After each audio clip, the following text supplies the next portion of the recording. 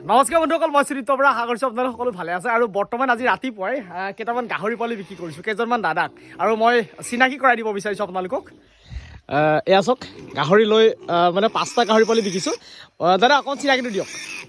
মোৰ নাম শ্ৰী লৱন গোহাঁই। হয়, গাহৰি আগৰ পৰা পালন কৰি আছে নেকি? পালন কৰি আছোঁ। আচ্ছা, আৰু কেনেকুৱা পাইছে আপুনি গাহৰিটো? কেনেকুৱা পাইছে? ভাল পাইছোঁ গাহৰি। ভাল পাইছে ন? আপোনাৰ চিনাকিটো দিয়ক। জগত গগৈ। হয়, এই কেনেকুৱা পাইছে গাহৰি? গাহৰি ঠিকে আছে। ঠিকে আছে ন? আগতে গাহৰি পালন কৰিছে নেকি? আগতে কৰিছোঁ। কৰিছে ন? আচ্ছা, আপোনাৰ আগতে গাহৰি পালন কৰিছে নেকি? কৰিছে। আপুনি? হয়, নমস্কাৰ। মোৰ নাম শ্ৰী ৰূপম গগৈ। হয়, মই এনেই ব্যৱসায় হিচাপত নহয় আৰু এনেই ঘৰতে পালন কৰি আছে। পুহি থাকোঁ। আপোনাৰ কওক।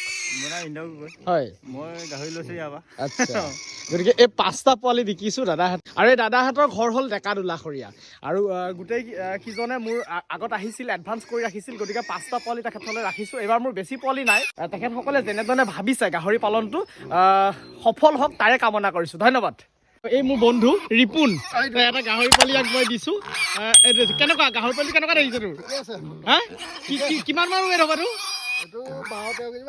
12-13 কেজিমান হ'ব। আৰু চাওক, এইটো মই মানে 6000 টকাত মই বিক্ৰী কৰিছোঁ পোৱালি, মতা পোৱালি এইটো।